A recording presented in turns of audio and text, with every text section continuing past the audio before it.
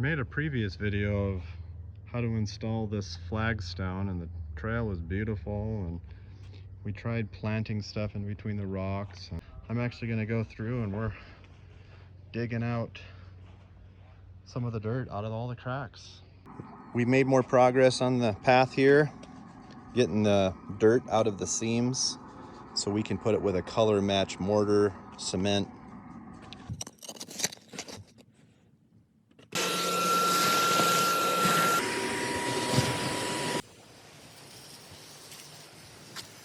Okay, I just sprayed it all down, cleaned off all the mud. I have about 1 inch to 2 inches of space where I'm going to put the mortar. Mixed with like a brown coloring so that it matches as best as I can. And these are the different colors. There's 4 different colors at Lowe's: terracotta, charcoal, buff, and red. Okay, now I'm going to mix up a bag of cement with some coloring. I want it to match my pavers, and I got this at Lowe's, and the color buff I think is going to work the best. Anyways, I got an 80-pound bag of concrete. You don't want to breathe this stuff in. 80 pounds. Pour in about 3 liters of water. I'm going to pour in about half now. And I like using a wheelbarrow, because a wheelbarrow you can get in here with a shovel.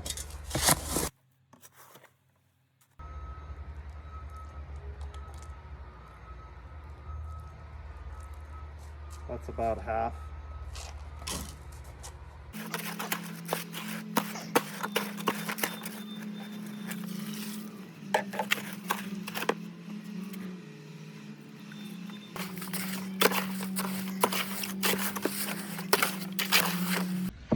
And here it is. I want it to be a little bit more soupy than it was because I'm going to use it as mortar. I want it to get into the joints really easily. And now make sure you have a bucket of water handy to clean things up with, and the sponge, and a couple trowels.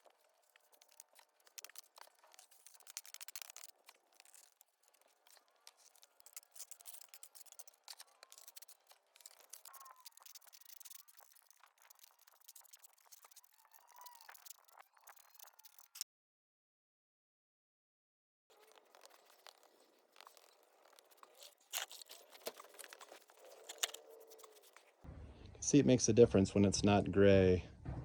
It has a color that's more of the similar warm colors like the flagstones are. So 1 bag of cement I'm finding here is doing about 3 to 4 feet of section. So I got a lot to go. Have another way if you don't want to get on your hands and knees and trowel it in.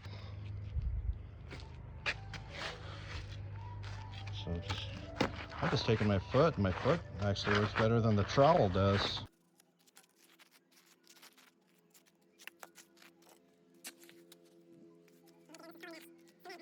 Just want to make sure that that is pushed down into those seams really good. Sturdy broom like this. Have a water bucket nearby.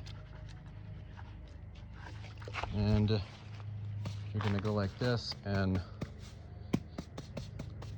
the broom is going to create a pattern in the cement. Another nice thing about using a broom, so it creates this smooth pattern here. You can also sweep and clean off the pavers at the same time. So I did mostly that, and I just have this corner to do here. Now you got to get a sponge and leave some of the water in it. But you're going to want to go over that section you just did and just go through, take 10 minutes and on. So you want to just about done here. It's getting close to dry now. I'm just going through and sweeping up any loose rock.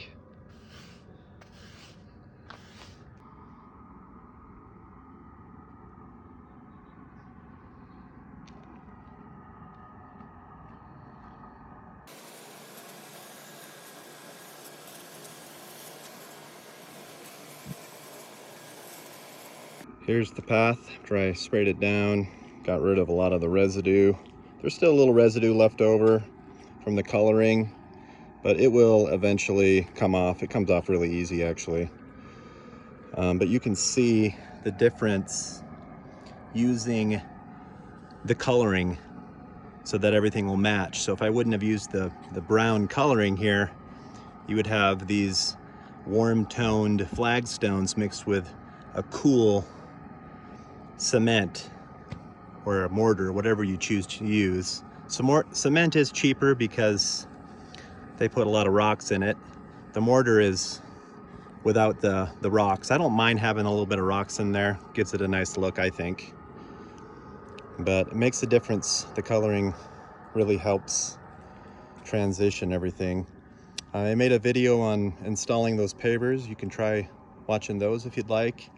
And I made a video on making this wall, the trampoline, the deck, the kennel, the garden beds.